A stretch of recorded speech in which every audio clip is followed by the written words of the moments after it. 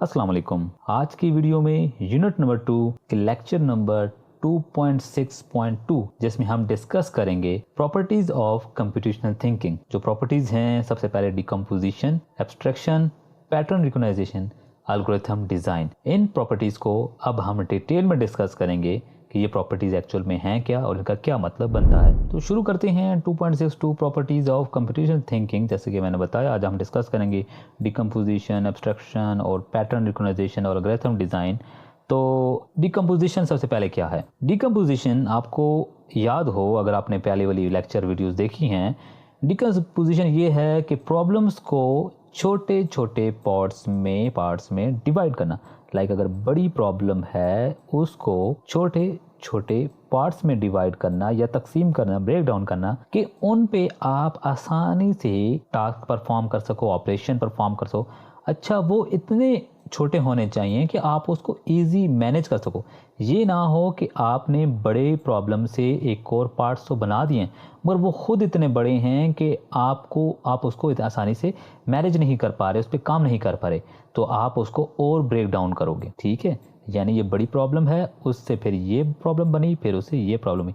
Same इसी तरह आपने एक और प्रॉब्लम उसका पार्ट्स बना दिए, जैसे कि यूँ, और यहाँ से फिर एक कुछ प्रॉब्लम्स हैं और फिर कुछ हैं। ठीक है, और ये जो छोटी छोटी प्रॉब्लम्स होती हैं उनको कहा जाता है सब प्रॉब्लम, यानी उनकी ये फर्दर प्रॉब्लम्स हैं, उनके पार्ट्स हैं। सेम यहाँ पे वही बात लिखी है, breaking down the large problems into smaller, ठीक है जी, manageable ones and working on them one by one. कि भाई आप उन बड़े पार्ट्स को छोटे पार्ट्स में या मैनेजेबल पार्ट्स में ब्रेक डाउन कर दो कि जब आप उस पर काम करो या तो एक ही दफ़ा काम कर सको या फिर वन बाय वन काम करो। यानी आप एक ही दफ़ा प्रॉब्लम पूरी सॉल्व कर सकते हो, मतलब छोटे पार्ट्स को अगर आप छोटी प्रॉब्लम पे काम करें तो वो एक ही दफ़ा सॉल्व हो जाए, या तो उनके पर उसके आगे फिर छोटी डिवाइड कर दो ताकि इस प्रॉब्लम को सॉल्व करोगे फिर इस प्रॉब्लम को सॉल्व करोगे तो ये बड़ी प्रॉब्लम को फिर आपको आसानी हो जाएगी।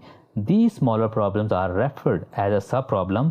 जैसे कि मैंने बताया कि जो फर्दर छोटी छोटी प्रॉब्लम होती हैं उनको सब प्रॉब्लम कहा जाता है। This way we simplify the problem and solve it easily.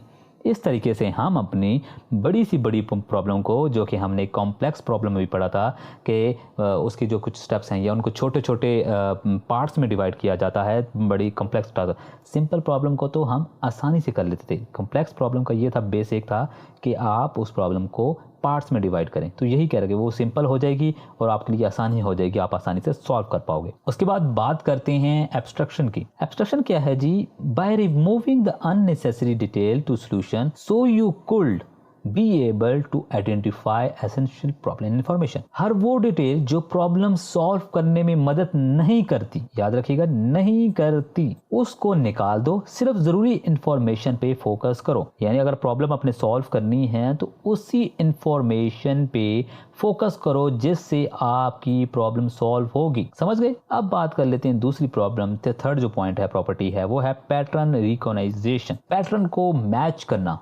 क्या कहता है जी? Examine the problem for a pattern और similarities between previously solve problems. कि भाई आप पैटर्न को मैच कर लें, जो आपके पास प्रॉब्लम है उसको एक दफ़ा देख लें, उसका पैटर्न चेक कर लें, कहीं किसी और ने उस प्रॉब्लम को सॉल्व तो नहीं की, या आपने खुद पहले कहीं प्रॉब्लम सॉल्व की है, क्या इसका भी वही सोल्यूशन बनता है, ताकि आपको दोबारा प्रॉब्लम सॉल्व करने में वक्त और आपकी एफर्ट जाया ना हो। उसके बाद क्या कहते हैं जी? Algorithm design. आप अब एल्गोरिथम डिजाइन कर लें कि आपने सोल्यूशन को डिजाइन करना है, स्टेप बाय स्टेप इंस्ट्रक्शन देने हैं कि कैसे प्रॉब्लम सॉल्व करेंगे। This is actual designing of a solution. भाई आपके सारे वो हो गए कि आपने पहले भाई सारी इंफॉर्मेशन निकाल दी जिससे आपका ताल्लुक नहीं, जो प्रॉब्लम सॉल्व करने में मदद नहीं देती या आपको ज़रूरत नहीं है। बड़ी प्रॉब्लम है तो आपने उसको ब्रेक डाउन कर दिया है छोटे छोटे पार्ट्स में, और आपने पैटर्न भी मैच कर लिया है कि भाई ये वाला प्रॉब्लम जो है पहले सॉल्व नहीं हुआ, मैं फर्स्ट टाइम ही सॉल्व कर रहा हूँ। तो फिर आपने क्या करना होगा कि अब बात आती है एल्गोरिथम डिज़ाइन के। आप अपने एक्चुअल डिज़ाइन करना है उसका सोल्यूशन, उसको हल करने के लिए एक प्रोसेस डिज़ाइन करना है, which involve creating step by step plan by the problem solution. कि अब आपने स्टेप डिसाइड करने हैं कि फर्स्ट स्टेप मैं ये लूँगा, देन ये करूँगा, फिर ये करूँगा और फिर ये करूँगा, एंड द एंड प्रॉब्लम मेरी सॉल्व होगी। वरना नहीं होगी। आप डायरेक्टली इस पॉइंट पे जंप नहीं कर सकते क्योंकि आपने छोटे छोटे स्टेप्स लेने हैं, तभी आपको होगा। ये ना हो कि आप सेकंड पॉइंट्स पे लगे हो, यानी सेकंड स्टेप पे लगे हो और आपको पता चले भाई मैंने जो फर्स्ट है वही गलत लिया, आपको फिर दोबारा वापस जाना पड़ेगा। इसलिए पहले आपने डिसाइड करना है कि कौन कौन से आप स्टेप्स लेंगे प्रॉब्लम सॉल्व करने के लिए। यहाँ पे कुछ एक फिगर दी गई है जिसमें क्लियर बताया गया है कि डिकम्पोजिशन क्या होता है, मतलब एक रिप्रेजेंट किया गया है कि इसका पैटर्न क्या है। जैसे डिकम्पोजिशन बताया आपको, मैंने एक्सप्लेन किया है कि बड़ी प्रॉब्लम को छोटे छोटे पार्ट्स में डिवाइड करना। ये बड़ी प्रॉब्लम है, उसको सब प्रॉब्लम में तकसीम किया, फिर वो इतनी बड़ी है कि उसको फिर डिवाइड किया जाए, उसको फिर फर्दर डिवाइड किया ताकि आप उन पे आसानी से टास्क परफॉर्म कर सको, ऑपरेशन परफॉर्म या उनको सॉल्व कर सको। ठीक है, ये डिकम्पोजिशन हो गया। एब्स्ट्रक्शन की बात करें तो वो इंफॉर्मेशन रिमूव कर दो जो आपको प्रॉब्लम सॉल्व करने में ज़रूरी नहीं है, यानी सारी अपने निकाल दी, सिर्फ वही आगे इंफॉर्मेशन लेकर जा रहे हैं जो आपको एक्चुअल में ज़रूरत है। इसी तरह से बात करते हैं पैटर्न रिकॉग्नाइजेशन। ठीक है जी, पैटर्न रिकॉग्नाइजेशन कि आप पैटर्न मैच कर लो कि ये जो पैटर्न है इस तरह की क्या पहले भी प्रॉब्लम आई है कि नहीं। देखिए ये वाला पैटर्न, ये पैटर्न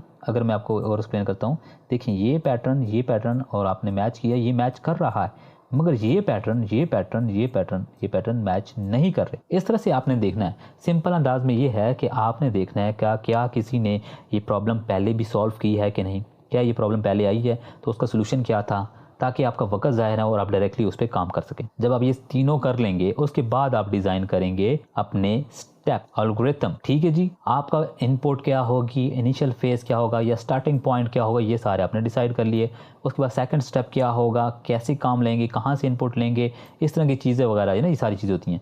उसमें फिर प्रोसेस कैसे होगा, ये सारे स्टेप्स इन्वॉल्व होते हैं एक बड़ी सी बड़ी प्रॉब्लम और छोटी सी छोटी प्रॉब्लम को सॉल्व करने में। ये बेसिकली कंप्यूटर में बहुत ज़्यादा ज़रूरी होता है। जब भी आप प्रोग्रामिंग करने बैठोगे तो आप एक डिज़ाइन करोगे कि भाई सॉफ्टवेयर कैसे बनाना है, स्टार्टिंग में हम कैसे करेंगे और उसके बाद क्या करेंगे और उसके बाद क्या करेंगे। समझ गए। अब एक और एग्जांपल दी गई है, अगर हम उसको देखें, कहता है कि भाई if you want to create your own computer game, how these properties of computational thinking will apply, कि कौन सी जो प्रॉपर्टीज़ हैं वो कैसे इस पे अप्लाई होंगे। यहाँ पे उन्होंने कुछ एक्सप्लेन किया हुआ है। ये गेम आप ज़रा देख लें और इसको फोकस कर लें, मैं इनको और ज़्यादा डिटेल में करता हूँ एक्सप्लेन। अब देखिए सबसे पहले है आप क्या स्टेप था, डिकम्पोजिशन था जी। डिकम्पोजिशन क्या था जी, आप अपनी प्रॉब्लम्स को छोटे पार्ट्स में डिवाइड कर दो, तकसीम कर दो या तोड़ दो। क्या था जी, गेम लेवल को, अब यहाँ पे क्या, where to go, how to complete the level, कहाँ से जाना है और गेम के लेवल कैसे कंप्लीट करने हैं। मतलब कि गेम लेवल को समझो,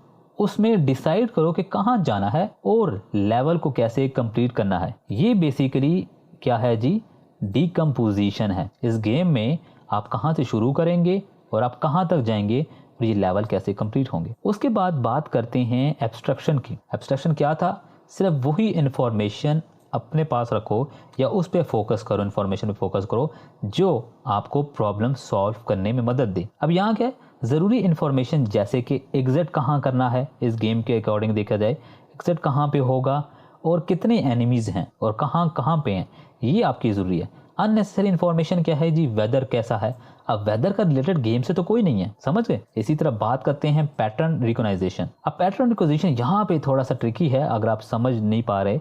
देखो यहाँ पे बात लिखी है 6 enemies should be handle like a single enemy. अभी आपने पैटर्न मैच करना है कि भाई यहाँ पे 6 एनिमीज हैं, 1 2 3 4 और ये 5 6। ठीक है जी। अब इस एनिमी को जिस तरीके से आप मारेंगे उसी एनिमी को इसी तरीके से मारेंगे ना, और इसको भी मारेंगे और इसको भी मारेंगे।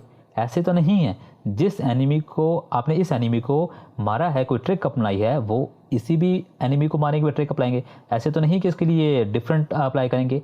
तो ये पैटर्न रिकॉग्नाइजेशन में है कि भाई आपने अगर एक पैटर्न मैच कर लिया या एक सोल्यूशन निकाल लिया इस एनिमी को किल करने के लिए, तो बाकियों के लिए भी वही होगा ना। वो आपने क्या देख लिया कि हाँ उनको भी मारने का तरीका ऐसे ही है, तो मैं इसी तरीके से मारता हूँ। ये सेम इस तरह की पैटर्न रिकॉग्नाइजेशन है, इसको कहा जाता है। यहाँ पे क्या है जी, एल्गोरिथम डिज़ाइन। अब आता है एल्गोरिथम डिज़ाइन कैसे करना है। अब बात आती है कि अब आप गेम का स्टार्ट कैसे लेंगे। एक स्टेप क्या है जी, step by step plan of action, example movement. अभी आप डिसाइड करेंगे कि आप कहाँ से स्टार्ट करेंगे, कैसे इन सीढ़ियों पे चढ़ेंगे और कहाँ तक जाएंगे और कैसे जाएंगे इस एग्जिट पॉइंट पे। ये सारी जो है ये आपका क्या कहलाता है, ये आपका एल्गोरिथम डिज़ाइन। आप डिज़ाइन करेंगे भाई मैं यहाँ से गेम के यहाँ से स्टार्ट करूँगा, यहाँ पे इसको मारूंगा, फिर यहाँ से डायरेक्ट चढ़ जाऊँगा या यहाँ से चढ़ूँगा। इस तरह ये आपका पैटर्न है, ये आपका डिज़ाइन है कि आप किस तरह से चढ़ते हैं। समझ गए। सिंपल ये है कि डिकम्पोजिशन क्या है, कि ओवरऑल मैं बात करूं तो सिंपली क्या है कि बड़े से बड़े कॉम्प्लेक्स टास्क को छोटे पार्ट्स में तकसीम करना। उसके बाद बात करते हैं एब्स्ट्रक्शन, जो कि वो इन्फॉर्मेशन पे फोकस करो जो कि ज़रूरी है सोल्यूशन हॉल करने में। पैटर्न रिडक्शन, उस पैटर्न की क्या इस तरह की प्रॉब्लम पहले सॉल्व हुई है या नहीं, या ये पैटर्न पहले या इसी तरह का, जैसे गेम का एग्जांपल ले लेते हैं, एक एनिमी को किल करने के लिए वही पैटर्न है तो बाकियों के लिए भी वही पैटर्न होगा, ये देखना है। इसी तरह एल्गोरिथम डिज़ाइन, अपने गेम की एग्जांपल लें तो अपने गेम में डिसाइड किया कि भाई कैसे एक्शन प्लान करोगे ताकि प्लेयर लेवल कंप्लीट हो सके, कहाँ से जाओगे कहाँ से नहीं जाओगे, ताकि गेम जल्द से जल्द कंप्लीट हो जाए या आसानी से कंप्लीट हो जाए या सारे के सारे एनिमीज मर जाएं। आई होप आपको समझ आ गई होगी। अगर आपको कोई भी डाउट हो, डिस्क्रिप्शन में व्हाट्सएप नंबर मौजूद है, आप हमसे डायरेक्टली रब्ता कर सकते हैं। Thank you.